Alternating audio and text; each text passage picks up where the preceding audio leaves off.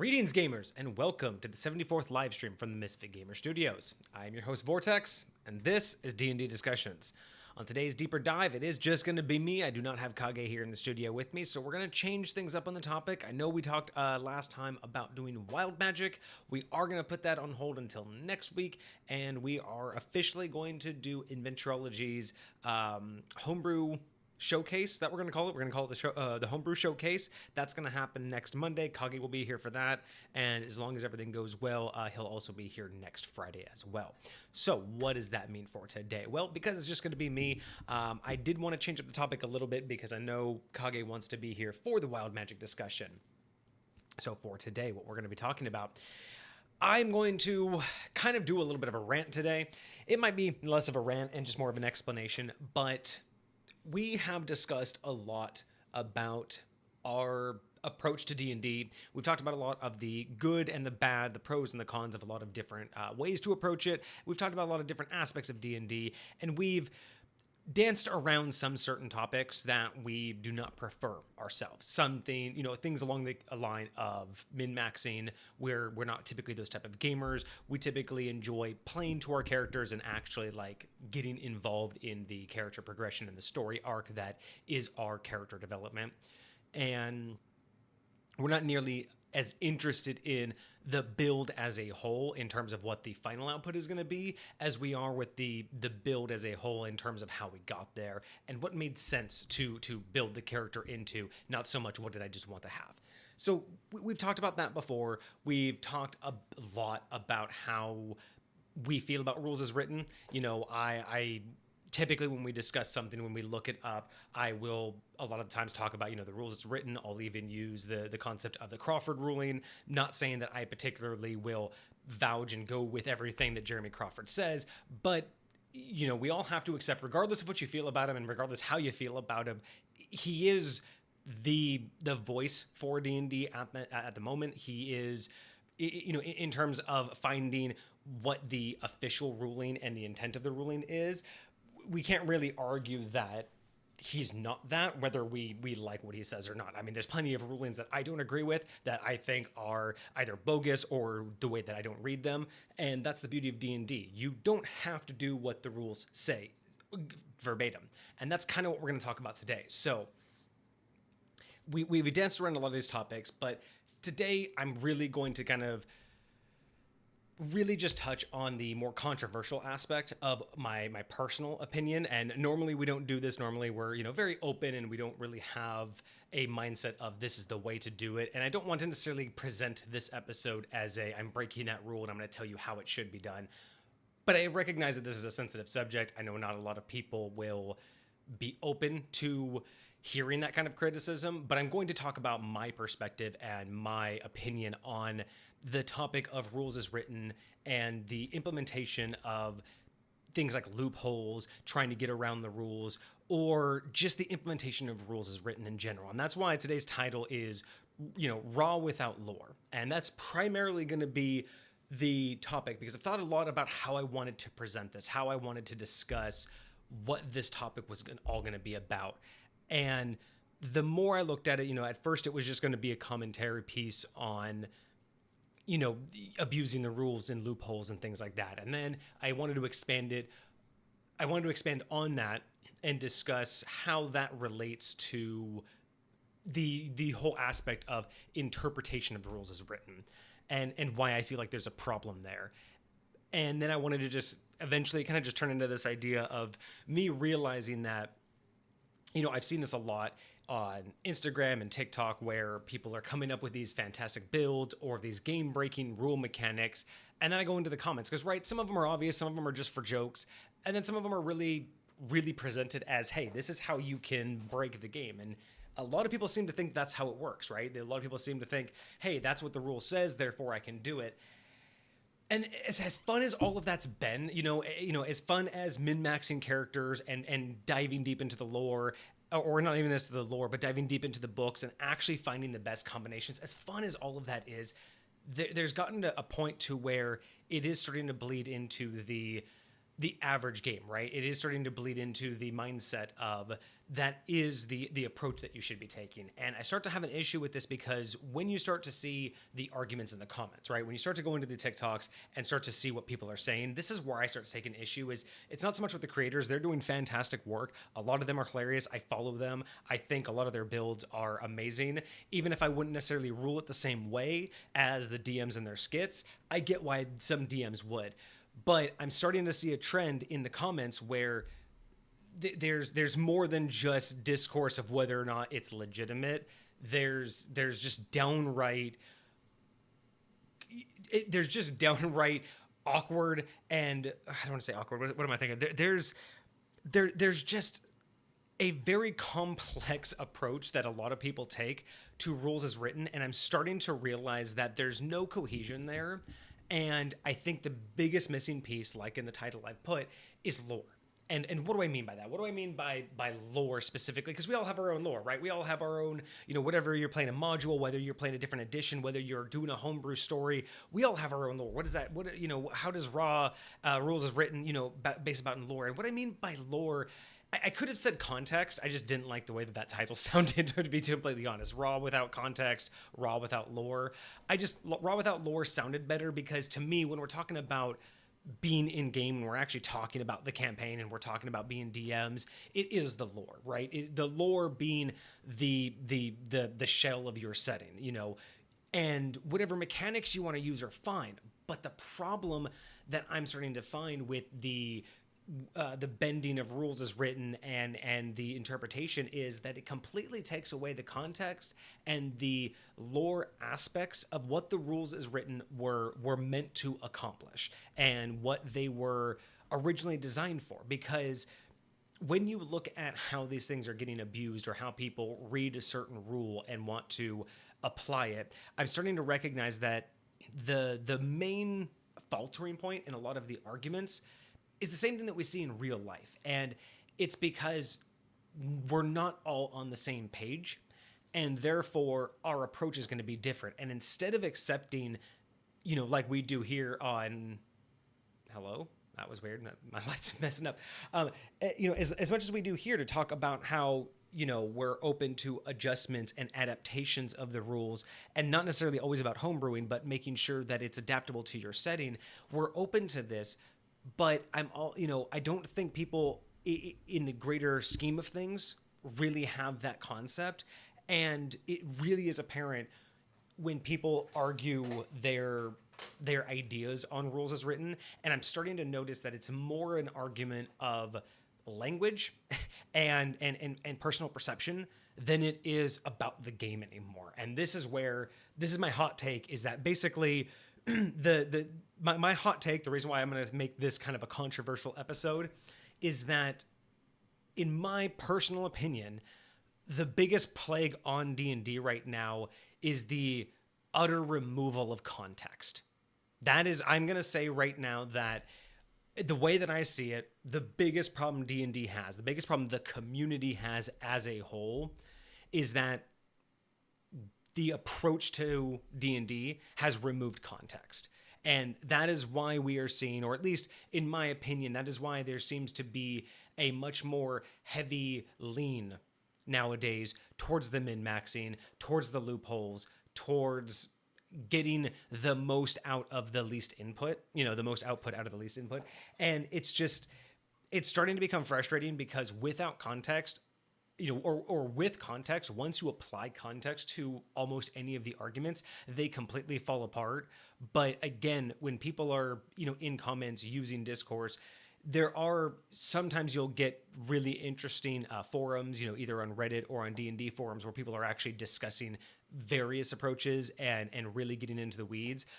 But for the vast majority of it, it's just people either outright having an opinion and saying that's how it is and you guys don't understand what it means, or of course they just devolve into just insults and things of that sort and that nature, and just basically again put themselves at a higher viewpoint. But no one's really recognizing that they're all trying to argue which viewpoint is correct instead of recognizing that that's the problem. They're all viewpoints, and no one's recognizing that we're not coming from the same place. And I do have a couple examples of that. I'm going to turn on my fan, though, because it is getting hot in here, so give me 1 second.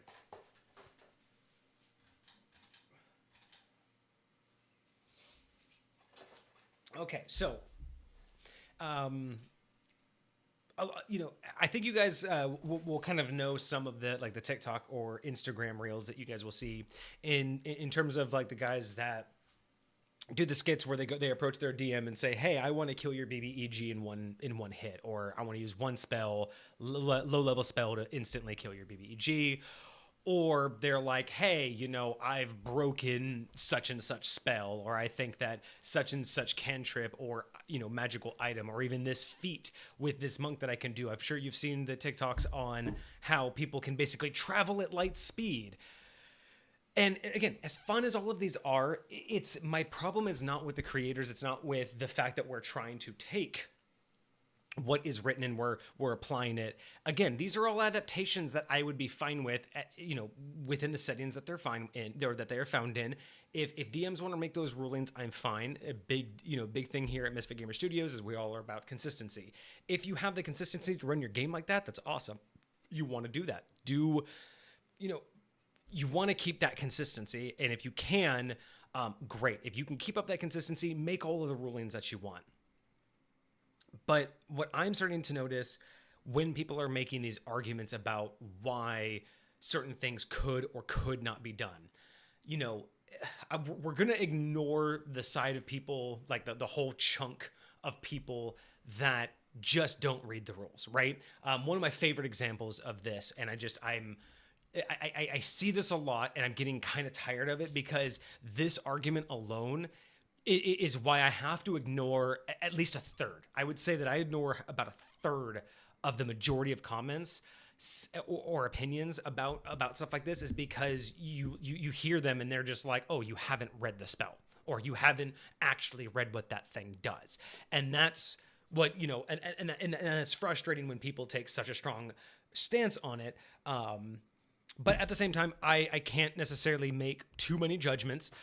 As in researching all of this for this episode today, I did run into an area where, I guess the difference is I didn't really have that strong of an opinion on it. But, just last stream with Kage, we were talking about, it was either last stream or the stream before that, but we had made mentions of one of the issues that we had with the current state of prone, because for a lot of the case, prone just doesn't really, outside of it, I think my argument was it really is only good when it's not your turn. Like whoever's prone, it's only a disadvantage to you when it's not your turn, and then you just get up and go on.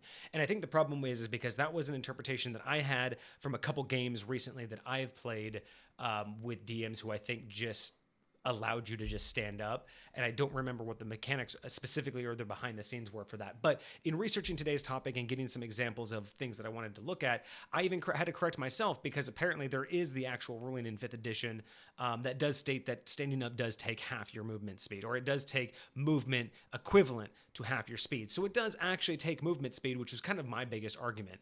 And we had just gotten that wrong. And now, granted, I didn't have a huge opinion in terms of telling people that they were wrong in how they used prone. I just said that I didn't think it was strong enough, and I prefer that it takes all of your movement speed in terms of the engagement of you in combat. But the game has taken half movement speed, and I totally could be fine with that too. At least it has something. My issue with it at the time was that my interpretation of the current prone state was that you just got up without any expenditure of action economy, and that was my issue. So fair point. I was wrong, and regardless of how strong my opinion was, I was wrong. And I didn't go out of my way to immediately correct myself, or even go validate that during that conversation. So again, I'm not saying that I don't fall victim to having a mindset and going forward, but I typically don't have very strong opinions against other people or judgments on others for when we have that disagreement, or when we come across something where we have different interpretations. And that's, again, one of the biggest pull or pushes that gave way for Misfit Gamer Studios and D&D Discussions, was being open to recognizing that it's not about being right, it's about having fun. So I kind of wanted to, just throw that one out there. But going back to why this is kind of such a a divisive topic. So you have about a third, I would say, and that's probably over exaggerating, but it seems that about a third of the comments or the third of the people who join in on these arguments, you can tell they just don't read the rules. And I'm going to give you an example of one that I've just recently heard. I've heard this a couple times over the years, but this one just kind of recently popped up and it stuck with me and kind of was part of the reason why I wanted to have this stream next time I was solo. So we all know power word kill, doesn't have anything to do with HP, right? Power word kill, just if you're under 100 HP, you're dead. There is no, you're reduced to 0 HP. It doesn't trigger any effects that are regarding HP loss. You're just dead. And so I've had this argument approached to me. I've had it mentioned in games. I've had it tried, not in a game I was DMing, but I was a player, and I had another player that was trying to argue this with the DM. And I've seen TikToks on this where if you combine things, if you try to like combine it, you can override other aspects. And one of the more recent ones I saw was combining power word kill with polymorph. And there's a lot of people who try to make the argument that by doing so, you override basically, everything about it. I think one of the biggest arguments is, let's say you have a BBEG who has over 100 hit points. You can polymorph them into something with less than 100 hit points, then use power word kill, and the BBEG is dead. Done deal, game over. And a lot of people seem to believe that works. They will stick to it saying, no, power word kill ignores HP. Therefore, if I polymorph it into something with less than 100, it just dies. That's what power word kill does, and it doesn't matter. Therefore, it's just dead. They don't go back to their normal state, and they don't get their life back. I kill your BBEG in 2 spells. And there's so many people who I've watched be so nasty, and I've watched them misquote everything, and it's frustrating because literally a quick Google check. I mean, you go to the book, you can go to D&D Beyond. I mean, you check any of the references, and it's just difficult because it's not necessarily the first thing that it says, but it's literally the 4th sentence, the second paragraph in the 4th sentence in polymorph. Is this transformation lasts for the duration or until the target drops to 0 hit points. That's what most people stop. They go, hey, it says if you're reduced to 0 hit, keep reading the spell. This is one thing that Kage and I have talked about in the past, that we've had arguments before where me as a DM and him as a player, because again, he doesn't challenge me in terms of telling me that I do it wrong. He challenges me to make sure that we both are on the same page and we understand it. So it's not so much of a challenge as it's more of a testing. It's more of a, does this match the logic that we're trying to talk about? And one of the things that we've butted heads before is sometimes he would have locked in on a aspect of the spell and tried to make an argument over it. But the biggest thing that I kept having to argue on is that there is more to the spell, and you can't make an argument without finishing the spell. And that's what people are doing, is they say, well, hey, if you're reduced to 0, polymorph, that it will change you back. Power word kill just instantly kills you. But again, let's reread that sentence in full. From the polymorph spell, this transformation lasts for the duration or until the target drops to 0 hit points or dies. It does state that right in the rule book, right? And that's just... So one of those things where when people are like, no, I can argue this because this blah, blah, blah. And then you hear them and it's like, one of the things that I have an issue with those third, and maybe the reason why I up it to a whole third is not necessarily there's a third of people who are arguing that don't know the rule, but even the people who are arguing against them don't point this out. People who are trying to say that it shouldn't work that way or that's not the way it's designed. It's in the rule. None of you are reading the rule to even begin this argument. So this is one of the biggest issues I have is it's one thing to have your own rule. It's one thing to have your own interpretation. And it's one thing to just not check in on it, right? Just like with me in Prone. I'm going to be okay with that. If you didn't check in on it and you have an opinion, that's fine. But when you have such a strong opinion that you're willing to tell others they're wrong and you haven't checked yourself, this is exactly why pretty much I have the whole motto of Misfit Gamer Studios is that we're about, we go about beyond the book, but we have this idea that no one's wrong. We don't tell people how to do things differently. We just give them the inspiration that it can be done differently, because I recognize that not only do I primarily live in second edition, I also primarily live in High Point second edition, which is, a vast, change from, hardcore second edition in terms of rules as written. But it's also just a vastly different world. So one of the biggest reasons why I don't try to challenge people, and why I prefer when someone says something to immediately look it up and get a reference point, is because I'm not that great at memorizing this stuff. I know what I need to know for the context that I need it in, and I'm good at being consistent, which typically helps. But beyond that, I regularly have to look things up. And I don't just sit there and tell people, oh, no, you're wrong on that. I will look it up before I take that stand. And I mean, this is just me. I don't typically have an ego enough to, not admit when I was wrong before I looked it up. Like if I have an opinion on something and I look it up and I'm wrong before I said anything, I won't then, be the aggressor and be like, no, now this is it. And see, I have the proof. It'd be more like, oh, well, hey, I was wrong. I was about to say the opposite. Like I'll admit it when I was going to be wrong. But yeah, that's my first issue with a lot of the approaches with the min-maxing and the rules as written interpretation is, first and foremost, people don't read the rules as written. So one of the biggest arguments in terms of context being removed is you can't have context without the actual definitions, right? You can't put something into context without knowing about it. So one of my biggest issues right out the gate is that people aren't even fully aware of rules as written to even make the argument for rules as written. So point number one. Now, point number two for this is that without context, rules as written without context, rules as written without lore, what I've found is that it doesn't necessarily guarantee that it's going to lead to this, but this is what I have found is one of the biggest outcomes. This is one of the biggest things that this has led to, is essentially cherry picking rule definitions, right? And this is where we get down to the inconsistency. It's being able to cherry pick when certain definitions and certain factors will play into Magic and when certain ones don't. And if you're not going to base things in context or in lore, it's so easy to ignore things like this. I'm sure you guys have seen this too. When you have people arguing about a spell, or even a group of spells, I've seen the same people either online or in a gaming group.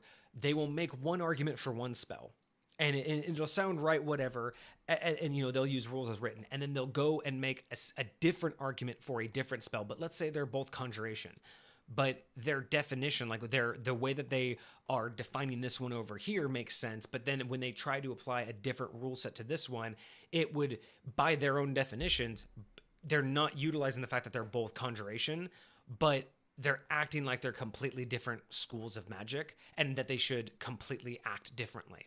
And that's where you get the lack of consistency, right?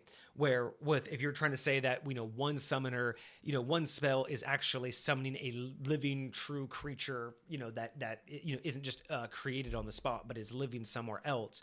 And then you try to do another summoning spell, or something similar, but you tried to act like, no, this one's just, completely making it up out of thin air. It's like, but you have a similar spell over here that you specifically said wouldn't do that. And I didn't pick out a specific one that I could remember, so this might have been a bad example right there. But point being that cherry picking seems to be running rampant when people start to discuss the different ways they want spells to interact with each other or in the game, and they don't take into account that, again, schools come from, or magic and spells come from certain schools for certain reasons, right? They are under an umbrella for a reason, and ignoring that really basically just allows it to be a kind of a wild west of magic. One of the things that I constantly think about is that if you're not going to go with the context of a spell and you're just going to interpret it on your own, that basically means that I could cast almost any spell at any level for any reason as long as I interpret it that way. And I'll get into a couple of those examples in a minute. My cat's meowing, and that's going to become annoying in a second. So let me take care of the cat real quick. But yeah, it gets to a point to where the arguments being made start to have longer or wide-reaching repercussions. And I think, again, this is starting to affect the community in a way that people aren't recognizing, because, again, they're trying to get the best out of their perspective, but not realize that the issue is that we're not all on the same playing field, or at least, all on the same level in terms of that perspective, and trying to let me take care of this cat real quick because it's distracting, and then I will get back into some of those examples.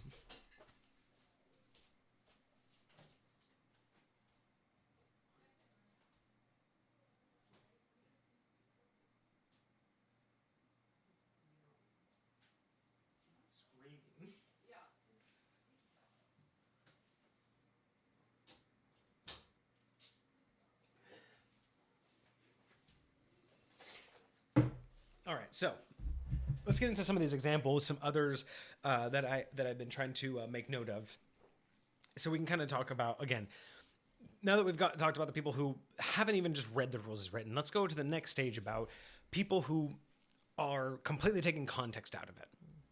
So when I say rules as written without lore, or better, rules as written without context, my main point that I'm trying to get at here is,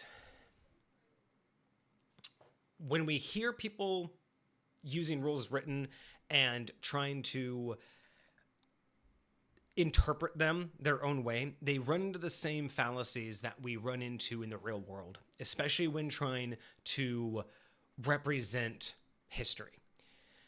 We can find text, we can find writings, we can find old technologies, we can find old tools, we can find a lot of things in history. But if you do any sub-level of research, any surface level, kind of just base level research on people who do that, anthropologists, archaeologists, one of the biggest issues is context. You can find something somewhere that looks like something, but just because it looks like that does not mean that that's what it is or does. And one of the hardest biases to overcome is modern perception. Right? We could go and look at a room that looks like a kitchen, but that's from our modern perception of what we use a kitchen for. And what that could have been would be just a laundry room, or, who knows? It could have been, a factory for dyeing clothes or something. And that's one of the biggest issues, is that's one of the things that I've learned, watching some documentaries. One of the biggest, issues in historical research is a lot of things get attributed to religious rituals or religious purposes, simply because there's a bias that everything that was meaningful, had to be religious. And, a lot of times they find out more and more that that there are aspects that just don't match up to that. And it's just because that's our belief system of the past. Or we see an object and we go, oh, well, this is what we see it do, or this is what we can infer it did, and this is the only thing we know we could do with it, so therefore it must have been used for this. And it, like different, dyes, so, some people believe that they were for clothes, and then they find out they were for writing, and other people will think that they were, for writing, and then it turned out to be for, glass making. And it's this mindset that we can interpret these things based off of what we know about the world today. And so this is just the real world, the issue with figuring out history. And I'm finding that this exact bias comes into play with D&D, because when you approach these things, rules as written, and just look at it out of context, just as, a plain text document. If I just go to Polymorph and look at what Polymorph says as the rules say it does, I will get one interpretation of that. And that will be completely based off of my definitions of the words in the spell, and my own instincts, my own biases, my own personal experience, and my own personal belief system in what I think a shape-shifting spell should do. I mean, hell, just reading the spell alone depends on my definition of spell. And then it depends on my definition of the school of transmutation, right? All of these things, if I were just given this 4th level spell as is without context, I can infer a lot and I can intend it to do a lot of things. But one of my biggest problems is this spell, right? Regardless of where you play, regardless of the setting you play in, regardless of the edition you play in, regardless of who your DM is and whether or not they've written this in, here's my biggest gripe. And this is where I say this is the plague that D&D as a whole has, is the lack of context. These spells, we're just using polymorph because it's on my screen, and so that's just the one that I'm using because I have already used it. That spell didn't just exist, right? Like, and I don't mean that, it didn't exist because obviously, someone at, Wizards of the Coast or, long before them. I mean, we're talking about like, Gary Gygax and his buddies. They wrote the spell, but I'm not talking about that. I'm talking about in your D&D lore, in that campaign, in that module, in your DM setting, wherever your character is. That spell, unless your DM was very specific and says all magic just already existed or is divinely, provided, regardless, unless there's a reason for it, that spell didn't just exist. That spell doesn't just happen to be out there waiting for someone to do all of the right things, right? One of my biggest things that people seem to forget is like you learn spells. You learn these things, right? And having to learn it means someone else has perfected it. They've gotten to a point to where it's not only reproducible, but they've gotten so good that they can tell someone else how to reproduce it. You are reproducing something that has been perfected. You are redoing a copy of something that someone else invented. And so 2 points I want to make here. 2 of my biggest issues with this is, one, I'm okay with modification of how things work, but allowing, when people try to apply situational context or situational definitions to certain spells to get away with certain things, as fun as that is, there is a aspect that these spells are exactly what they are because that's who created them. Now, there's different schools of magic. There's different ways of casting magic, and we can get pedantic about it. But I'm mainly just focusing on known, learned spells, bought spells, things that come off a spell scroll. These are not things that are dynamic and intuitive, and it's not like the Harry Dresden style of magic where you're honing and crafting your own level of magic. This is, it's an art. It's something that's learned. It's a paint by numbers, right? You have the right object, you say the right words, you do the right hand motions, and you can do it consistently. You can do it every time as long as you have the right material, the right words said in the right way with the right hand motions, right? This is how spells are done. And so trying to say that they can operate differently at a whim is one inconsistency because that's not how you're doing it, right? Like a spell isn't like a baking recipe where if you change it a little bit, you might make it a little spicier, or you can make it a little sweeter if you want.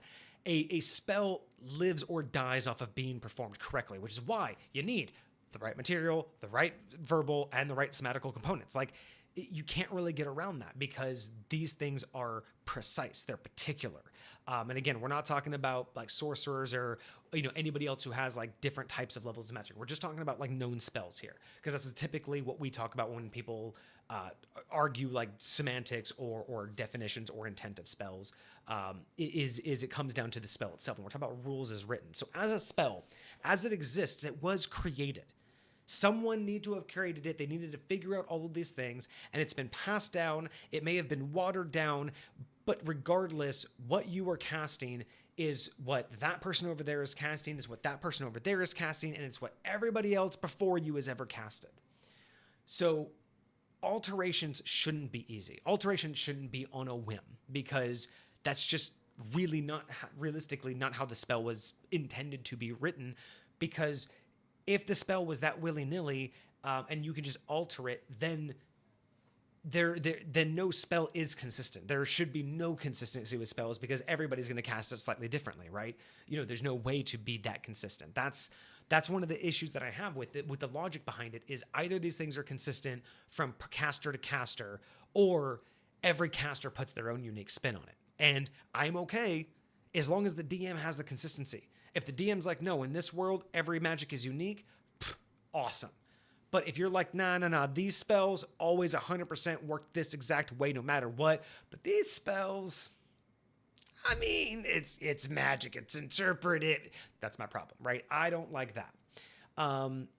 The other issue that I have is without context, with removing the fact that someone created this, you're also removing the fact of that someone created this with a purpose. Like, there is a purpose behind the spells. And I don't necessarily mean that there is only one use, right? We can make something that has multiple purposes, right? Polymorph was not like, I need to change A into B only, so I'm going to make a spell and my intent is to only ever change A into B. Now, granted, A into B was probably the driving factor.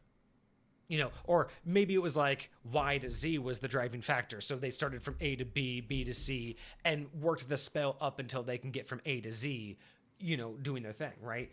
I get that.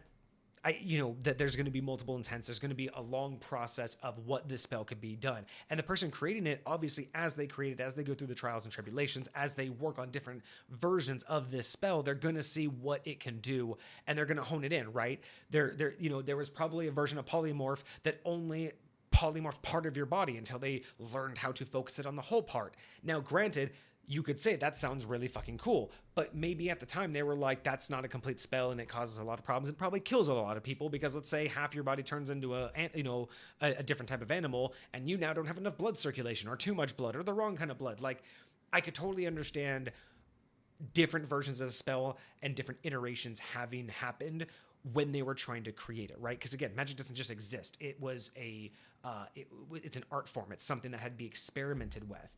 So the idea that these didn't have intent, right? They didn't have context. Obviously, there's multiple reasons why you could use polymorph. It's not saying that the person that made the very first polymorph spell didn't recognize there was more to do. But when they created it, there was a confine of understanding, right? Whether it was their understanding of the limitations of the spell or when they created the spell, they had intentful limitations set. The fact that they created it with those intents or with those with those boundaries means that when you go to reinterpret it, your interpretation of what a word or definition means doesn't change the spell's original creation in the craft, right? And so I have a couple of different examples of this, but the real life example of this is what we do with language. I was given a couple examples before. Excuse me. I was given a couple examples before of like looking at history, and when we look at old documents, right? When we look at old languages and we interpret them, right? We translate them. The biggest problem with that is translation's a messy process, right? It's not just words and letters. There's never just a one-to-one translation. There's context. There's grammar. There's dialect. There's so many different ways that language works. So interpreting it from one way to another is a messy process. Sometimes words don't have a direct translation. Sometimes you have a like word, and then other times you have to travel through different languages to get to a good word to translate to, and sometimes that means going through time in languages, right? Like you may have to translate a language into Latin before you can get a word that can then be translated into modern day English to be what's the word I'm looking for? To be spoken, right? To actually be audible or to be pronounceable. That's the word I was looking for, to be pronounceable. But with that, if you translate something into Latin, you are translating that into a language that doesn't exist anymore and had a different approach to naming things. So what we may interpret as, a lamp may not be, may have been more like any level of light source. I mean, that's a bad example because I don't know Latin or anything, but you know what I mean? Like what we interpret as what they meant usually doesn't link up because again, it's that modern day bias. So where language may have specifically indicated a concept, later down in the future, we might have a word that indicates a thing. So when we hear it, we're like, oh, they were talking about this thing. This is what they were talking about. And we may put so much focus, and they're like, no. They were talking about this exact thing, and it's so important that they were talking about that. But if you don't have the pre-modern day context, and if you don't understand that the way that language was written, that was a much broader concept. It was an idea, not that thing. That's where you get into misunderstandings of what was their intent. What were they really looking at? So what do I mean by that in D&D terms? Because I should have had better real life examples, but I was worried more about the D&D terms.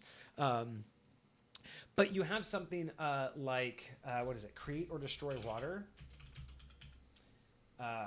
So you have create or destroy water. And this one was one of those really weird ones that I saw on, I think this one was on a TikTok, where they wanted to use this to essentially insta-kill anything. And the argument was essentially, I can create water within range of an open container. And so their whole argument was, well, maybe the human body isn't a container, but aspects of it could be, and parts of it could be, And I think the TikTok was specific about like, hey, anytime it gets a head wound or any kind of cut, their head now becomes an open container, and I can just feel, and it's like, okay, I get the fun of considering the mouth an open container, because you could consider, a closed vessel with, there's different ways that we could modern day contextualize and interpret an open container. We could say a lot of things are an open container. But here's my problem with that is, what did the spell's creator mean? When the spell was finally put pen to paper, because again, you got to think about this, regardless of the setting that you're in, at some point in that history, there was some wizard who was working on this enough, regardless of how many iterations they had. There was a point at which they were doing it and they were able to recreate it, because that's how you have to write it down. You can't just write it down when you have to be able to reproduce it to know that that's what's going to be written down and what other people can do. So when he wrote that down, or when someone else wrote it down, regardless of who wrote it down, when the spell was being cast, in the mind of the creator who was casting this spell, what was he intending for the spell, right? So when I read something like, create up to 10 gallons of clean water within range of an open container, I don't imagine that person sat down for years or months or even, however long you think it would take to go, okay, I can now create water. How many things can I put water in? Like, I don't think they sat there and tried every open container they thought of. Or did they think, man, this spell I could make this happen anywhere. That's not what they were doing, because guess what? If that was the case, it would just be called create or destroy water anywhere, but it's not. It's in an open container. And that's important, because that means that either the creator of the spell or their scribe or someone who wrote the spell, someone who took the ingredients, the recipe of that spell, and put it pen to paper, their job was two things: make it to where it was reproducible by the person who read it, and make it understandable, like in the sense of not just be able to be reproducible, but make it understandable and contextual into the aspect of what you should expect to happen. Like, I could give you a spell and you could read it, but if you have no expectation, you don't know how fantastic, you don't know what to expect. You need to have some sort of expectation. I just said that very oddly. But if you don't have an expectation of what the spell is supposed to do, how do you know if the spell worked, right? So the whole point of writing down a spell is for two things: to give you an expectation, and to make it reproducible. I guess the first one is to make it reproducible, because at bare minimum you need the list of ways to cast the spell. But the second part should be the description, right? The description is the intent of the spell. It's to give you the expectation. Give me 1 second, my computer's making noise. So with that, do you really think that when the mage created this, he intended this spell to create water in any enclosed space? Because I could push over a bookshelf that's empty and be like, look, it's like a fish tank, therefore it's in a container. Do you really think that when the person created this spell, and remember, people, like, spells aren't supposed to be easy.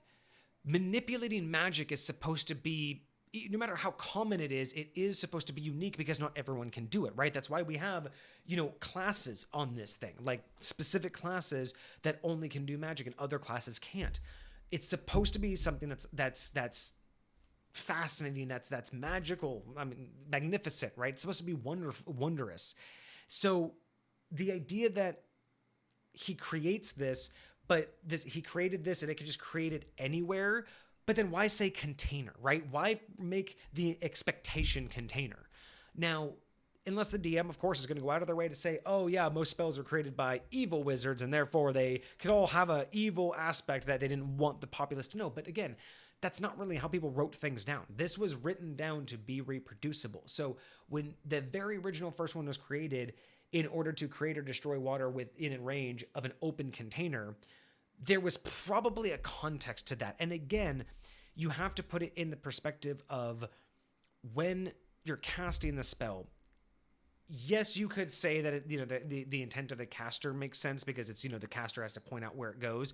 But again, you're reproducing a copy of a spell that someone else created. So when they were making this spell, magic doesn't just get to do whatever it wants whenever it wants. You have to be very specific in what you're doing. So when he wrote the spell, the words you're saying, the material you're using, the hand movements are all very precisely telling the spell what it needs to do, where it pulls the magic from, how it needs to transform that magic, what it needs to be the outcome. So when he crafted that spell to target containers, regardless of what we think a container is, regardless of if you look at this and go, oh, I can justify what a container is, when that you're taking the context out of it, because in the context of who created that spell, they were not thinking that a mouth was a container, because that would have been a different type of spell. Like the crafting of that spell would have been different. If you look at the context of they were trying to fill things like barrels, it's 10 gallons, right? Barrels, cups, these are vessels with the intent of holding liquid. And yes, mouths take liquid, but they don't hold liquid they aren't a vessel to hold liquid with the same intent. And that's again, this is purely opinionated because it's my interpretation of magic. But when you just look at a spell and you just interpret all of the pieces of it individually with your own bias, with your own perspective, and you take no lore or context of how or when it was created, it removes the ability for that spell to be consistent, right? Because again, if you can say, well, because I'm casting it, it's my intent, and I have a definition of containers that's different than the original creator, so I can cast it in someone's mouth and be like, okay, perfect, that's awesome. So create or destroy water, it's a first level spell, it takes one action. Awesome. You create or destroy water. So my definition of water is anything that's not hard as rock. It's just my definition. So I can create or destroy anything that isn't as hard as rock. You're now a skeleton. Everything about you is not as hard as rock except for your bones. So you're now a skeleton. I can basically at first level disintegrate anything I want that's not a rock creature.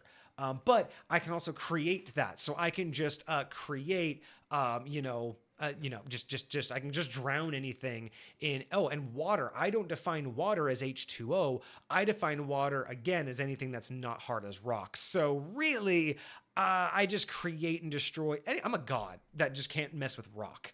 You know what I mean? Like, this is the problem when you look at a spell and say, well, that's not how I define it. Be like, well, I can define it however I want. So if we're going based off of individual definitions and individual intent, that technically means that I can cast any level spell at any time and get any effect I want, as long as I truly have the intent and the definition. Because it's not about the spell's creator. It's not about the spell that I purchased and learned and read that someone else wrote. No, I get to do whatever I want, right? And this is the problem with like the idea that we treat spells like recipes. You make a recipe for waffles and you might put a little bit of flavor in it, or you might change, one of the ingredients to give you a different flavor. You might add a little bit.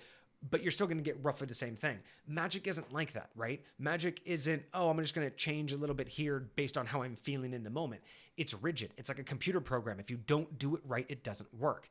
And you may tell that computer program, hey, do this. And you may think, well, this is how I interpret that code, so that's how it's going to work. But that's not how the code operates. The code wasn't intended to do that.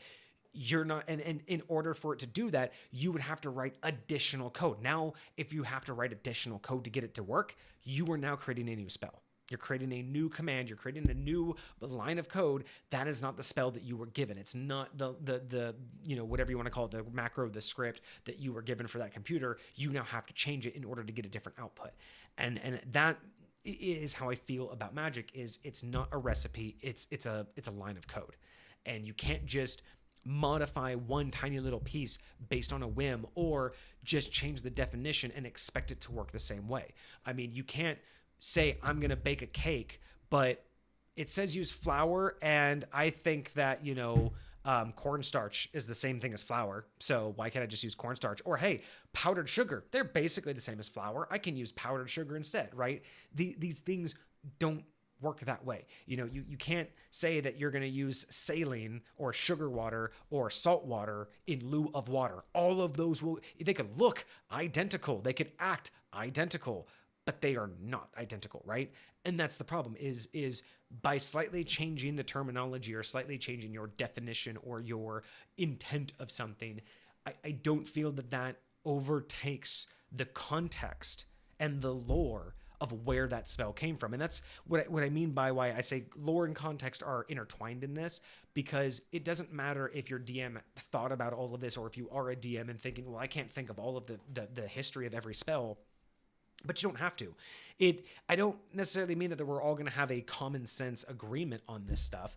But when you make these outrageous claims like, hey, I can create or destroy water, so I'm just going to fill your lungs because it's, within range, right? It doesn't even say that I have to see. So your lungs are a container. They fill up with air. I can fill them with water. Done deal. You're now drowning. Like, that is not a container. Like, in no way was lungs considered a container.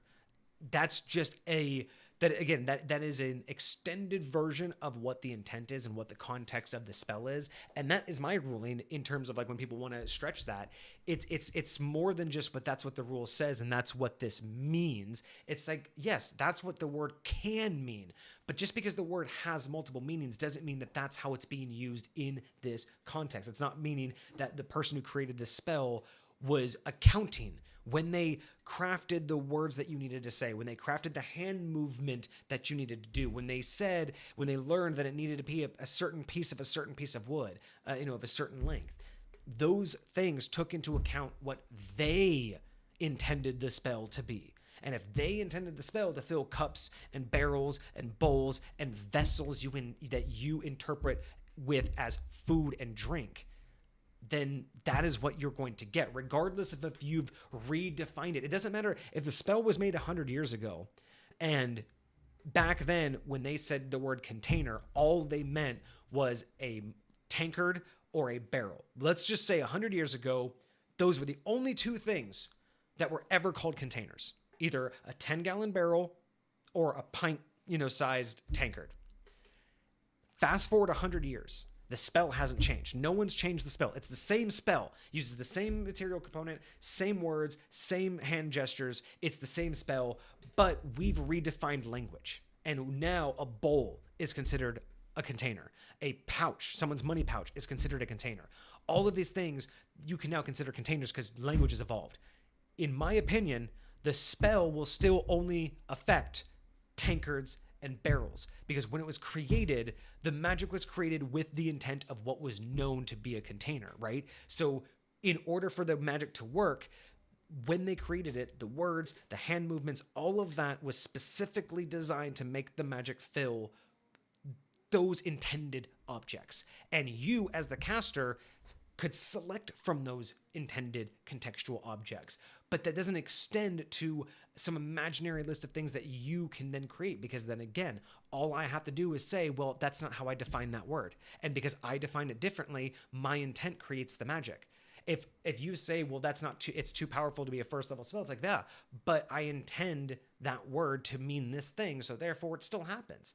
And that's the problem that I'm seeing is we are going after rules as written in an isolated box. We are taking it for face value and nothing else. And the problem that I see with that is when we're thinking of this as a narrative game and we're thinking about this as a fantasy game, that does mean that this all has some sort of contextual basis to it, right? It all has, whether you read the books for their lore and their storylines or not, again, these items, the fact that this first level spell exists, it's a first level spell. It needs to be learned by someone from first level. Like, even the game says you learn the spell. Even if you don't role play it, even if you don't roll for it like they used to do in second edition, you still have to go to someone who had this spell and that gave it to you.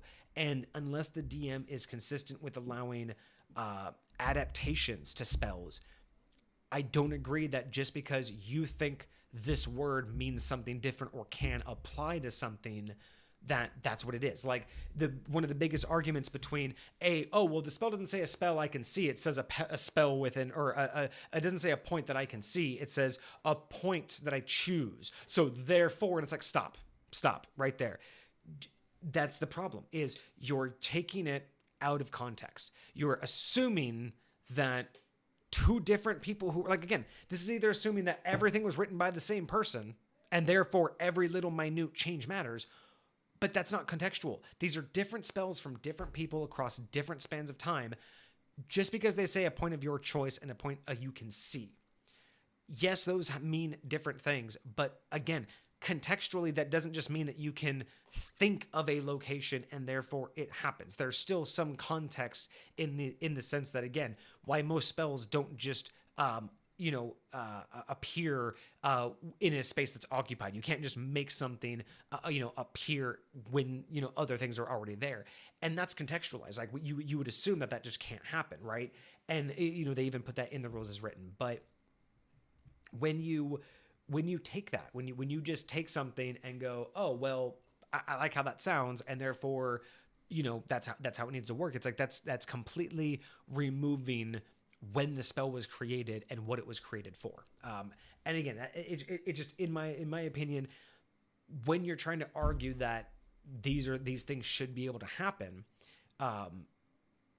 without recognizing that, like, again, even from DM's point of view, when they give in and go, oh yeah, well, that's what it says, so that's what it can do. It's like, so if that's the case, then who created this spell and how was it created? How does magic work if someone can read how a spell works and go, oh, well, no one's ever tried to then apply that? Like, it doesn't make sense for the fact that these spells have existed for so long, and yet everyone in existence has only used it in one particular fashion, but you were the only person who could think of it used in different ways. And I know that a lot of DMs have that rule of, well, hey, if you can do it, so can I. And to me, that's just a dumb threat, right? Like, to me, yeah, that's true, but it's also a dumb threat. The only, I agree with the threat, but it's just basically saying that if you abuse it, I will. And I don't like that threat. It's more of a, if you want that type of gameplay, if you want things to be, like, in my opinion, because of the DM that I am, this may be just a little bit cocky, but when it comes to my players, if they wanted to do something like that, if they wanted to come after me, like on that level, I wouldn't do the whole, well, hey, just just let you know if this is what you want. If you can do it, I can do it. I don't make that bullshit claim, because that just basically means I'm going to fight toxicity with toxicity. And that's bullshit. That's not what this is about. If you want to do that and you want to really push that argument, what you're telling me is you want to battle me with creativity. You want to come at me in my world, in High Point, in the world that I've been creating for 10 years, and you want to battle me with wits and creativity about my world that I know all the physics about. And you want to talk about rules as written, and you want to say, oh, well, I interpret it like this. It's like, I can guarantee you I will come up with 10 times the amount of definitions for how spells can be altered. But that's just it. It's not about that. It's the contextual aspect of who created the spell, why they created it, and how are you manipulating the magic, right? If the magic has an intent, right, to fill containers with water, that is a very specific intent, and you're telling magic to do something very specific. to appear in someone's lungs is not the same thing as to fill someone's tankard that they can drink, right? Very, very big difference. And again, it is game breaking when these things are allowed, and they feel game breaking because they are, because that's basically saying that magic has no actual boundaries or limitations. It's just limited to what you're willing to say it does. Like literally, it's just basically saying that all mages that cast magic are only bound, not even by their imagination, but by what they say their magic does. And I don't agree with that. There's other ones like, what were some other ones I saw? Like shape water, being able to like, use bodily fluids and everything. And it's like, again, even, I think one of the most recent ones I saw was like, oh, well, I'll do it on their saliva. Cause if blood doesn't work and, blood doesn't have enough water content, I'll use it on their saliva. And it's like, yes, okay. Even in the real world, saying that saliva is like over 99% water, doesn't, you still technically, it's like, okay, you want to get technical. Well, technically it's water. It's like, okay, yes, technically it's water, but it's also technically not livable. You would actually die if you drank just saliva. So technically it's not water, it's not survivable water. But it's like, okay, you want to shape, and I don't think shape water has to be like fresh water. But the idea was like, I'm going to shape their saliva and choke them out with it. And it's like, okay, again, I see where you're going with that. I'm seeing that you're trying to go out of your way to reinterpret the spell. But remember, when the first person to cast the spell, when they fine-tuned the words, the hand motions, all of that, were they really thinking, like, is magic again just naturally being like, oh, you created this magic spell, I'll do whatever you want. You're not targeting saliva? Like, I see it. You're not targeting that? No, you're just targeting fresh water? Okay, like, it's like saying that the magic knows better. It's like saying that technically saliva is water is like saying, well, the magic knows better. But that's not what's happening. The magic isn't alive. The magic isn't intelligent. The magic isn't the one that's sentient. The caster is. So when the first person to finally craft and finally tune this spell, I wouldn't accept the argument that they knew saliva was water. Like they knew saliva was water. And that was when they were working with control water, or when they were working with shape water, their mindset was probably fresh water, and maybe somewhere in there they added in the ability to do salt water too. And I would even go so far as I would even say that there's an argument to be had that it should only be fresh water or only salt water in certain contexts because of, if they were only near an ocean. But then again, I guess everything should have been near fresh water, so maybe it would only be fresh water. But yeah, you choose an area of water you can see within range that fits within a 5-foot cube, and you can manipulate it in one of the ways. So again, if you want to call saliva water, I mean, you could try to make that argument. I still don't think that contextually that would have worked because again, saliva is a body fluid. Like there's again, so we could talk about this in a lot of different ways. One, from the person who created the spell, were they thinking and were they trying to, did they add in the right components, the right verbal and somatical components to allow this magic to mess with saliva? First, that's the other question. That would be the first question is, did the person that create this put that intention into the spell and give it that amount of power? Otherwise, you're basically saying that the magic knows better, the magic is sentient, and essentially, as long as the magic knows what it can do, I can make it do whatever I want. And again, that just opens up the can of worms to, well, the magic knows better. The magic knows what I mean. The magic knows my intent, so therefore the magic can do whatever I want. But at the same time, you're also looking at, again, when it comes down to, it's like, an area of water you can see. It's like, so can you really see the saliva? Like, is that really enough of an area of water to see? Like, do you actually see it? It's a very interesting concept. I like the ideas and I like the fun thought puzzles behind how you can push different spells. But at the end of the day, when people are adamant about saying that's like, no, this spell is broken because it can do that, it's like, there really isn't a context in which it should be able to do that. And,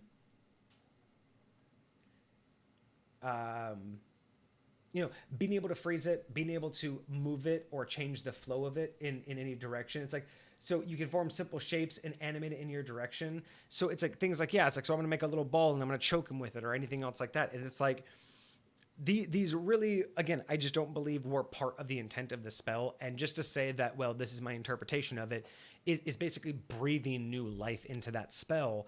And if spells can evolve like that, then it puts every spell at danger for not just being abused, but essentially being undone.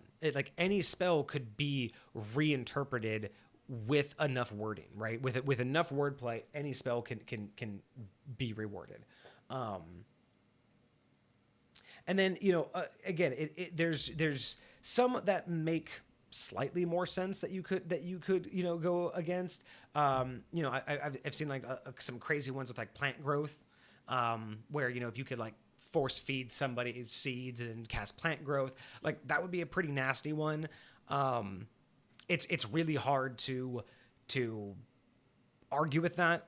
It really just depends on how, again, things like that would really be more pedantic in terms of like how you would deal with magic, because is the magic fueling it, or is it one of those things where it still needs the surrounding area? So like does plant growth still need soil? Does it still need nutrients, or is the magic providing that, right? Or is it more like one of those, it's getting all the nutrients from like a time loop where like future nutrients and all that. But that would be one that you could make the argument for, where as long as you understand the intent was to make seeds grow independent of any external factors, then something like plant growth inside somebody and then casting, or seeds inside someone's stomach and then casting plant growth within a time frame before the seeds get destroyed or whatever, I could go with that one. So it's like not all of these are bad interpretations of rules. It's just that it's the ones that break the consistency of how the rule would contextually work in any lore setting, right? And again, what I mean by is like, apply the fact that, and take any setting and then apply the fact that that spell was created in that setting. Once you do that, a lot of like the min-maxing, the loopholes, the arguments fall apart, because once you put any context to it, they're not able to really fulfill it. Like another one I see a lot of times is like wild shape. And I think the biggest common misconception is that, hey, if I wild shape into something small, go into something that's big, and then wild shape into something bigger, poof, they die. Like I grow and poof, they go away. And I'm like, okay, I see where you're going with that. It's not a terrible argument, but it makes a lot of assumptions, right? So magically you're going to change from one creature to the next, but there's nothing that implies that change is harmless to you, and that change is makes you invulnerable. Like this is one thing where there's a big issue where it's like, hey, if I turn into a fly, go into a giant's ear, and then turn into a giant animal with wild shape, their head will explode and I'll be fine. But my biggest issue with that argument is, what makes you believe you'll be fine? Because if you were going to change size, it can't be instantaneous, because if it was instantaneous, you would appear literally merged inside their flesh. So there wouldn't be an explosion. You would just appear there. You wouldn't really displace what would, like, again, the problem is like you can't really teleport to an occupied space. So if you look at it from the point of view of you have to grow into that size, if you were the size of a fly and then turn into the size of a whale inside of a giant's head, there's a transition period. And there's nothing about the spell that says that you are protected during that transition period. No matter how instantaneous it is, you are still a non-indestructible thing inside another very confined, non-destructible thing. And now the argument could be made that the magic has more, force than the skull, so therefore the magic's going to push against it.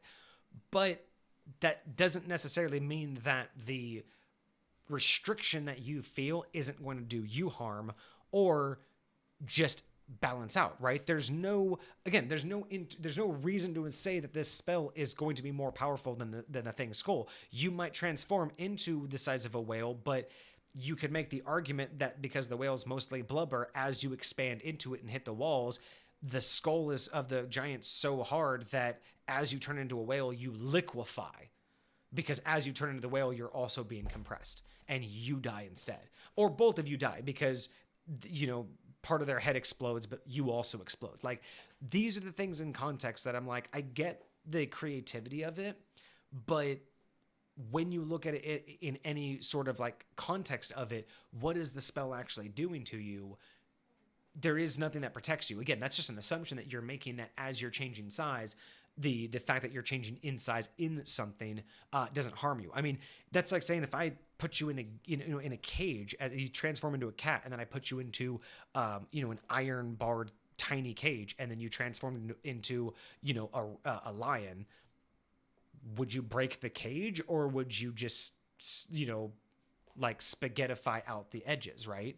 And then you could say it's like, well, the same thing with a rhino. Like if I turn into a rhino, it's like, okay, but at what point, like, then you have the question, it's like, okay, so let's say you're the size of a cat and I put you in a box and you want to instantly turn into a rhino with wild shape.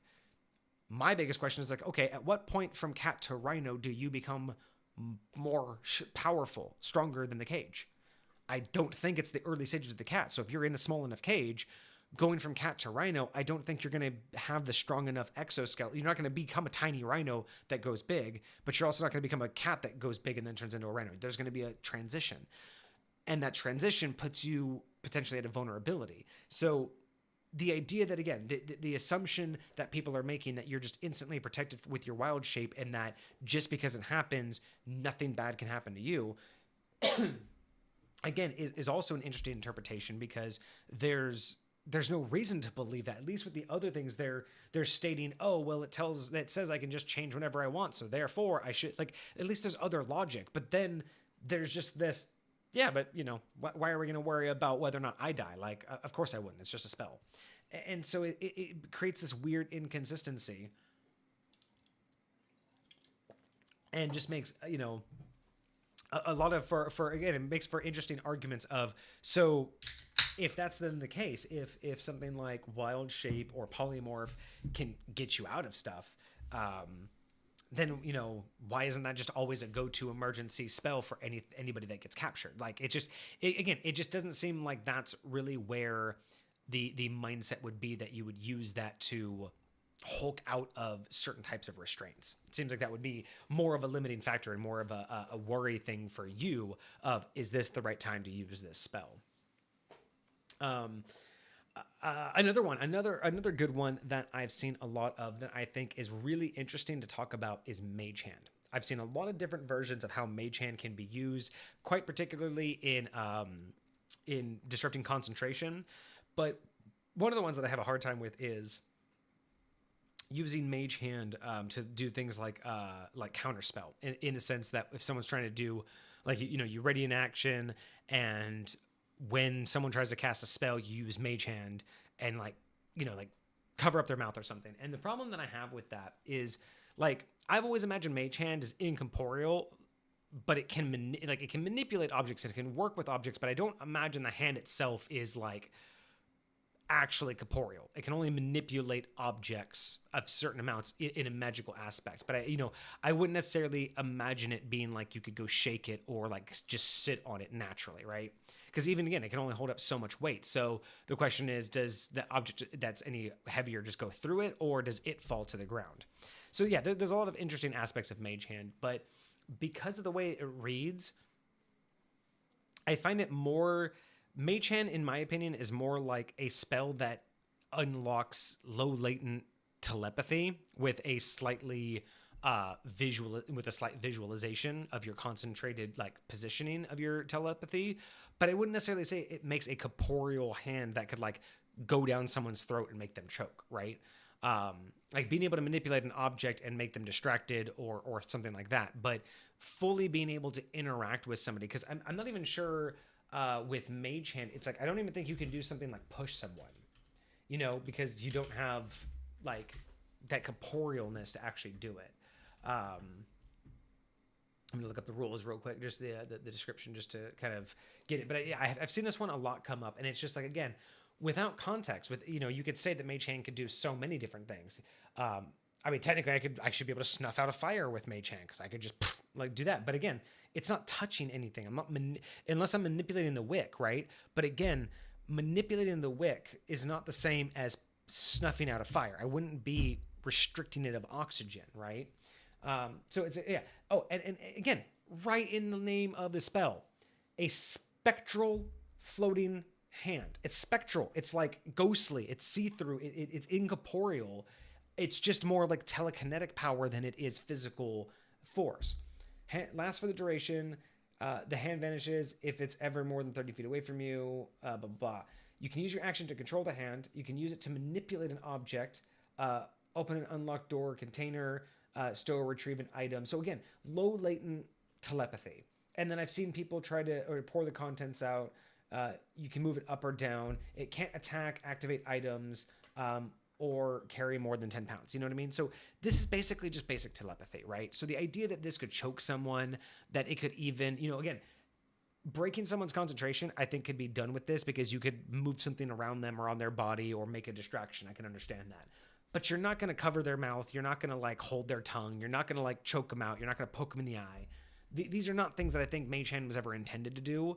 And I don't think was ever within the contextuality of the spell when it was first created. So these are just things where it's like, it's lovely to think about, but reading rules as written without context makes new rules. And that's the problem I'm seeing here, right? Another fun example I think a lot of people have seen before is the classic. The classic, the classic movement speed stacking, right? The idea that I can move 500 feet per second, or I can move at the speed of sound, or whatever like that, because I have all of these things that double my speed and blah, blah, blah, and blah, blah, blah. And there's something that, again, it is not contextual when people start like doing all of these stacking things where I can do this and I can do that. And the problem is even when you really look at it, speed and movement are not the same thing. Movement isn't necessarily equal to speed. So if you are grappled, you have a speed of 0. A speed of 0. But that does not mean you have a movement of 0, right? So your speed is indicative of I think the problem is how we talk about it, because the way that it's described is like speed is 30 feet per round. But that's also my movement. We call it movement speed. But the problem is they've become so intertwined because yes, it's a speed. It is a distance per amount of time. That is what a speed is. Miles per hour, feet per round. That's all it is. You go at a speed to travel a distance over an amount of time. But you wouldn't say, hey, the mall is, like, I'm trying to think of like how you could even like equate what we do in D&D, because a lot of people say it's like, I have a movement speed of 30, which means I can move 30 feet per round. But that's not the same as I have 30 feet of movement. Means, yes, your speed is that, which dictates in this round, if you were to use all of your movement, you'd make it that far. Which is also really funny, because if your movement speed is 30 per round and you do other actions that take time, it's really interesting that technically it doesn't take away from your movement speed. Food for thought.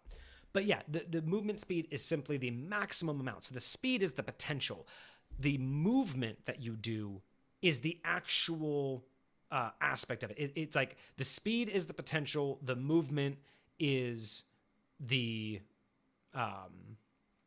actual distance that you travel, right? So something like grappled, you can be grappled. And I saw this question online come up where it's like, there's the spell freedom of movement, where it allows the target to spend 5 feet of movement to automatically escape from non-magical restraints, such as manacles or a creature that has it grappled. Now, people were really confused and argued this because it's like, hey, grappled makes your speed 0, so this is rendered useless. It says, use 5 feet of my movement speed to escape a grapple, but grapple makes my movement speed 0. And this was a perfect representation of the problem with movement and speed, is we intuitively put them together because it's movement, speed. But your movement is not your speed. Your speed is the distance max you can travel within that time frame. Your movement is what you actually travel.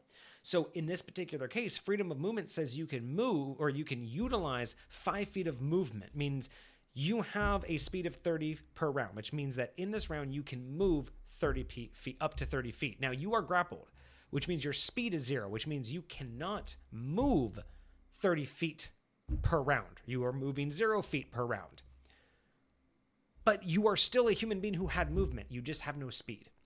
So the fact that the spell uses 5 feet of movement means that if you were to become unrestrained in this round, your speed didn't change. But because you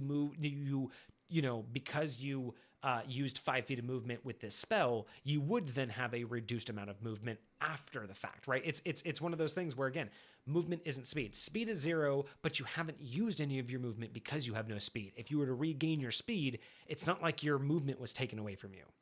Does that make sense? Am I making sense? Like, again, there's the potential, and then there's how much you've moved. So if you can move up to 30, but you've used 0, once you're allowed to move again, you still have that 30 that you can move. But we seem to misinterpret that. And so when we start to talk about stacking, where someone's like, hey, I'm going to double my movement speed, and then I'm going to do this, and then this is going to give me more, and this is going to give me more. It's like, these are all great ideas. But again, contextually speaking, it's just not possible to stack all of those things, right? And again, contextually speaking, none of them were meant to stack in that way. It's great to see that on paper in a character build, but realistically, a lot of the times when people like bring out the idea of, okay, so here's all of the different ways that I can boost my movement, a lot of times they're kind of, I don't want to say contradictory, but they basically kind of like get in the way of each other. And then there's also just the physics aspect. And this is one thing that I know a lot of people maybe kind of cringe on in the aspect of having physics in D&D, in the sense that it's a fantasy game. But again, there's ideas in D&D that they try to they try to approach things with context, but when we take the context out, it makes it seem as if there are broken mechanics. No creature should be able to travel at the speed of sound instantaneously. Like 0 to 60 at the speed of sound just isn't something that you can do. You may be able to move swiftly and move faster or cover more distance. But there's still just going to be a physical barrier at which you can accomplish those things. And then another one that does this point a little bit better in terms of, what they were originally created for is, something like flight. I saw this interesting one where someone was trying to make the argument that levitate basically ruins flight. And I found this interesting because the argument kind of makes logical sense. So if you cast levitate, and the unwilling creature fails its saving throw, the idea is that the target oh wait, no, hold on. Where was levitate?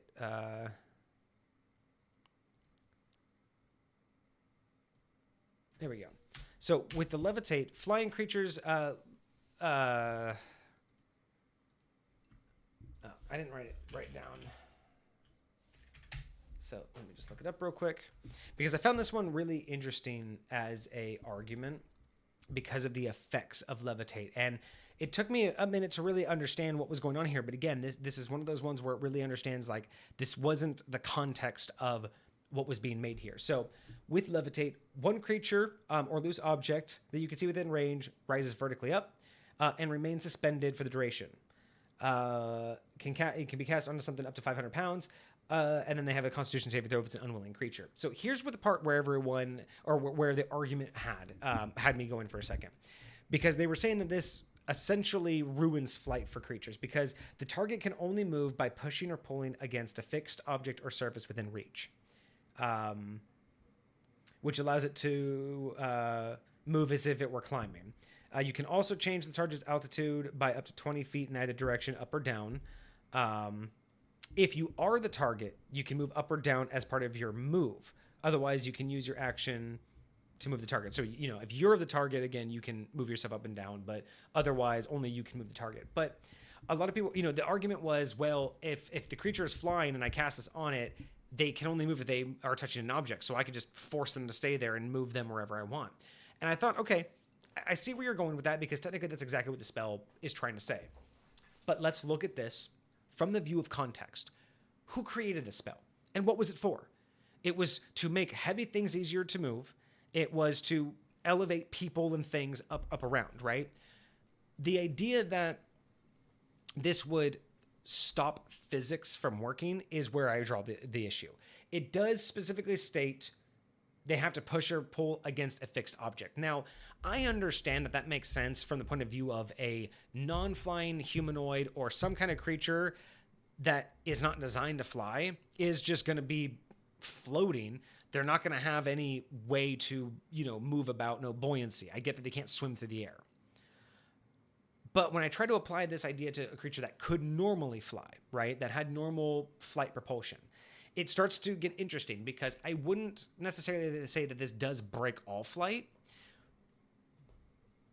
Because, again, looking at what it does is it lifts vertically. Whatever you say lifts vertically. So if you were to say that something that was currently flying and you cast this spell on it, first you have to indicate that it would stop their momentum, right? If you have a bird that's just flying by and you go levitate.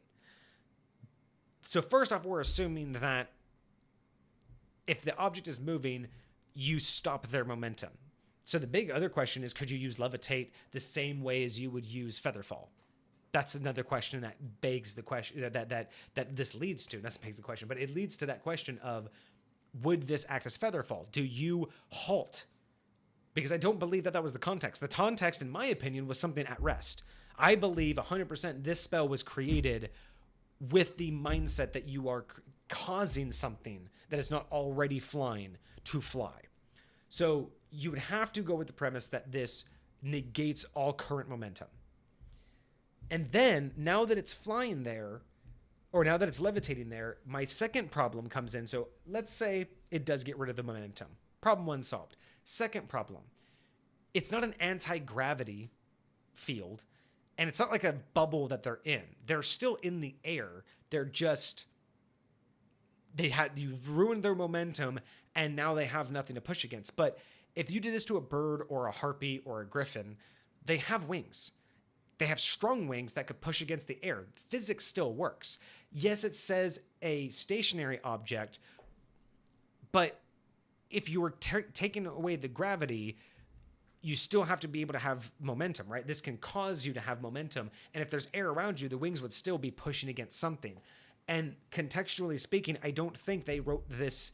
I don't think when they made the spell, they wrote it in of, and if it has wings, write this word in here in this magical component that says wings don't operate. Just make sure we add that. No, I think the idea was fully from the point of view that this was to help assist things that could not fly.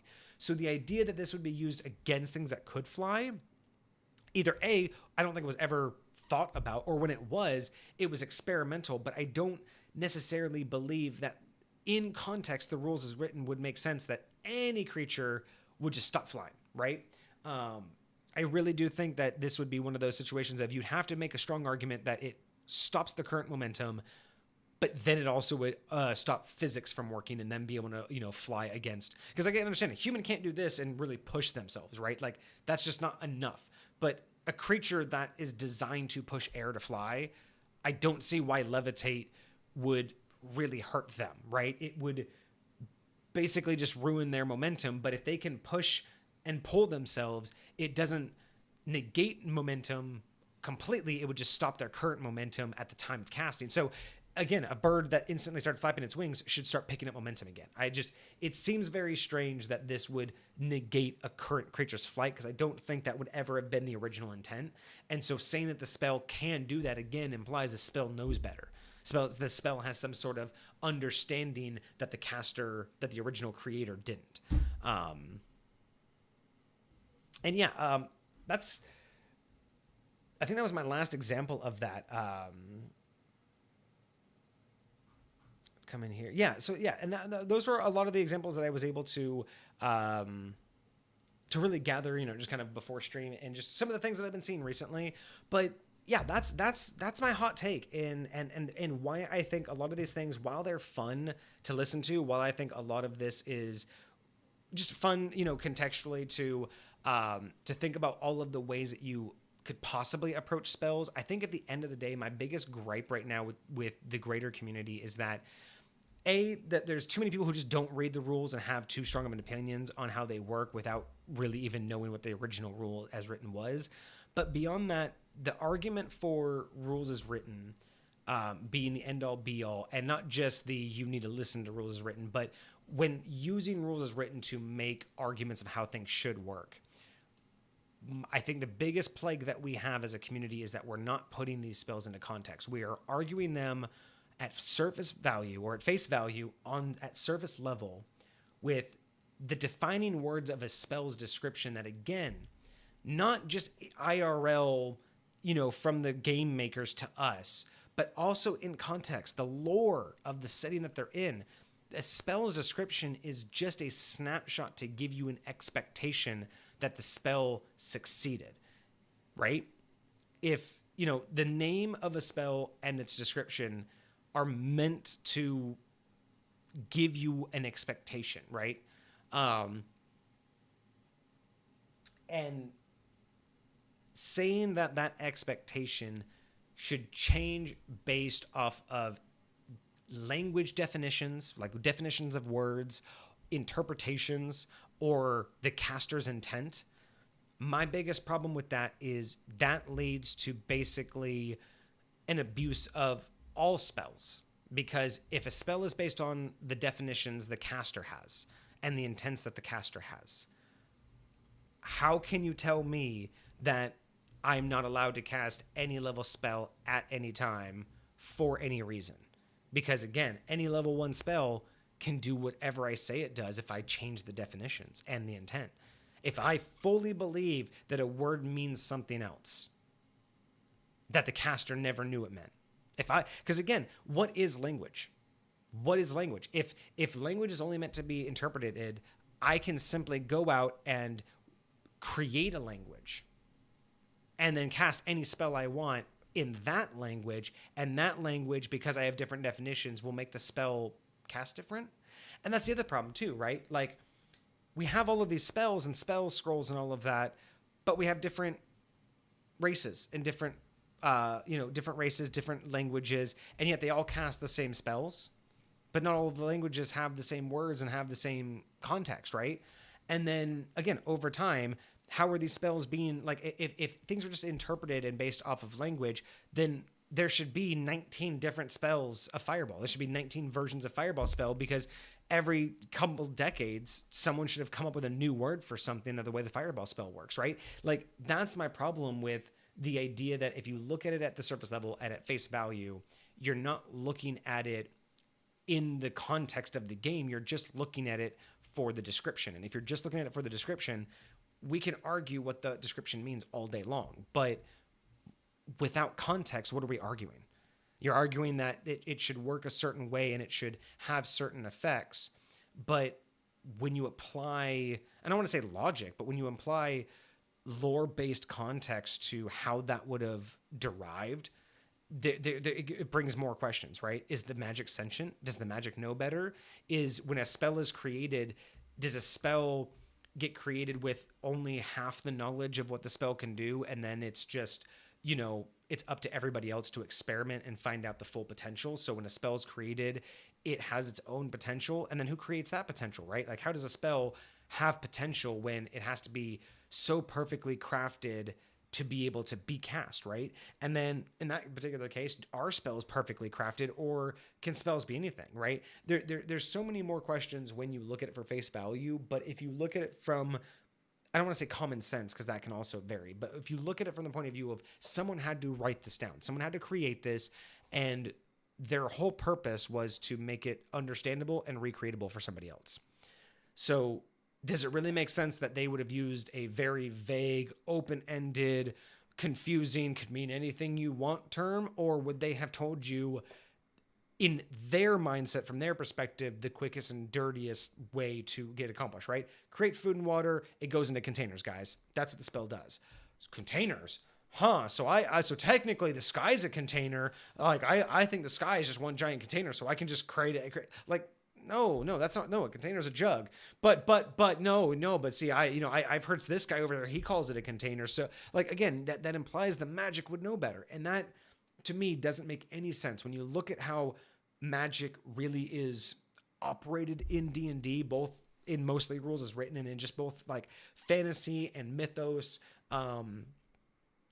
Just magic doesn't typically have its own sentience. Magic is, like I said, magic is less like a cooking recipe and more like a computer code. It does what you tell it to do, and you can't just make small modifications just because you feel like it.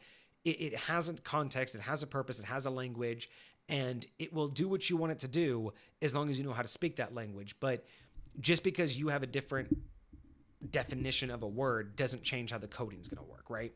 And that's again, you tell a computer to look at a directory, and you may think a directory is a list, or you may think of it like as like just a document, where a directory to a computer is much more than just like a text document. And that idea doesn't change how the code's going to work. When you tell it, hey, show me the directory, and it shows you a list of files, and you're like, no, show me the directory. I want the list. I want the piece of paper that shows me all the stuff. And it's like, that's not what a directory is to the computer. And it doesn't matter how often you change that definition of directory, the computer's only ever going to show you the one thing, because that's how it defines it. And that, I think, is what we're missing. I think when we all come together to discuss these things, we don't all have to agree on all of the specifics. But none of us have that foundation to start the conversation, because we're all taking it out of context. We're all looking at it for just what was written, and we're trying to apply our own methodology to it instead of looking at who created it, what was it created for, and how was it created? How is magic created? How are spells created? How do they actually operate? And under what limitations does that make it? Because again, if you're going to allow a spell to change, then I can make a spell do whatever I want. And if that's the case, like, why are we even arguing about what spells do? Just basically say, I cast a spell and the spell does this. Like, don't even name spells anymore. Don't have descriptions. Just make it up at that point. Because, why, if you're not going to allow the consistency that's written in the rules, and I know that we all try to, it's like, well, that's what the rules say. But it's like, again, context, I think, needs to be the second level of consistency. Like, we have the rules as written. It tells us how the actions are. It tells us all of the stuff about the spell, the level, the casting time, the duration, the range, all of that is good and static. And we all agree on that stuff. We're all in a good foundation there. But when it comes to the descriptions, without context, without all agreeing that this had to come from somewhere, from someone within a lore setting, if we can't agree on that and how magic actually operates, and I don't mean like we all have to agree on the same mechanics of magic, but if we can't agree that magic does what we say it does, like, again, we have to agree that magic's code or magic's a recipe. One of those consistencies has to be true. Otherwise, again, interpretation is just going to allow magic to do whatever it wants. But yeah, that's my hot take for today. That was my solo stream for today. I think, yeah, whether you agree with me or not, I think our biggest issue when it comes to these arguments and why the majority of the community out there is either, I don't want to say the majority of the community is toxic, but the reason why there is no general consensus to a lot of these things, why people argue with Jeremy Crawford so much and don't like his interpretation, is just because a lot of people think that there has to just be one answer, which here at Misfit Gamer Studios, we don't believe in that. But beyond that, it's the fact that regardless of what lore you come from, regardless of what setting you come from, all of this had to come from a setting, right? This all had to come from somewhere. This doesn't just exist to exist. And taking that into account, I think, will instinctually answer a lot of the questions or negate a lot of the min-maxing out there when it comes to trying to abuse rules and trying to find loopholes. And I don't think it's ever going to stop. I wouldn't want it to stop. I love the creativity. I love the ideas that get produced. The one thing I would like to see stop, though, is the people who are trying to push the narrative that because the rule has a certain definition because a part of the rule has a certain definition, it therefore needs to apply to all versions of that definition, right? because the spell said, because like the biggest issue I have is like people get too caught up on individual words, right? It didn't say I have to see it. It's a spot that I choose. And it's like, well, how do you choose a spot you can't see? How do you choose like you can't know of what a spot, like you can have a general area, right? But like that's the issue is when they take a spell and they try to take one word and they go, but this word's meaning. And it's like, I don't give a fuck what the word's meaning is. I don't care what the definition of that word is today. What I want to know is what is the context that the word was used when the spell was made, because that tells me more about how the spell works than what you're trying to do. And that's my big rant. That's my big controversial take for today. We all need to get back to some basics on the fact that this comes from somewhere. So don't ignore the lore. Don't ignore the context of these spells and of these abilities that you read about. There's got to be a context applied to it. Otherwise, words can mean anything you want them to mean, and that means spells can do whatever you want them to do. What are you going to do?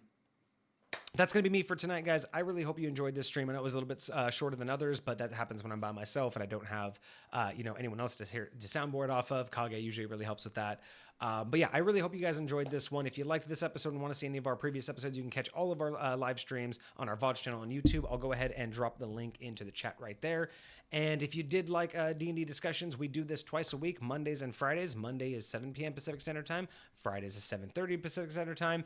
And Mondays we do homebrew review or a homebrew showcase. So normally it's homebrew review. Viewers will submit in items, classes, weapons, anything that they want. We'll go over it. We'll kind of talk about it live. We'll do it without any prior reading. So it's all fresh reactions. We expand upon the ideas, give interpretations of our from our experience, what we may or may not do. Give it a score at the end. And then on Fridays, we do a deeper discussion like this where I take a topic, usually with Kage here, and we'll just kind of talk, either do a ranting or we'll go through the history of D&D stuff. Next week, Kage will be here, so we are going to do a homebrew showcase on Monday. Our viewer Inventurology sent us a really big thing that he's building for his world. It is a setting. It's some history, it's some lore, it's a town, it's an encounter, there's some it's a lot of stuff, right? It's way more than just a homebrew review, so we're going to call it a homebrew showcase. That's happening on this coming up Monday, and Kage did confirm he will be here next Friday. So next Friday, we are going to pick up the topic of wild magic, where we're going to go over the history of wild magic through all the different editions, and what we think we could do to help improve wild magic in our own different settings. If you guys like video game play, I do that on the weekends sometimes. Right now I'm playing a lot of Hitman, so join me on the weekends if you see me live. That one doesn't really have a schedule, but otherwise we are always here Monday and Friday for D&D Discussions. It's been great having you guys on here. If you're on YouTube, like, subscribe. It really does help us out. Give me a comment. Let me know what you guys liked, what you guys think about this topic today. Otherwise, if you want to join the Discord, give me topics to talk about on Fridays, or if you want to submit a homebrew review for Mondays, or if you just want to chit chat about D&D stuff with the community, you can go ahead and join the Misfit Gamers Studios Discord. Link is in chat right now.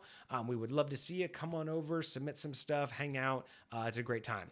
But that's going to be me. I hope you guys had a great week. I hope you have a great weekend ahead of you. We will see you on Monday, guys. Cheers.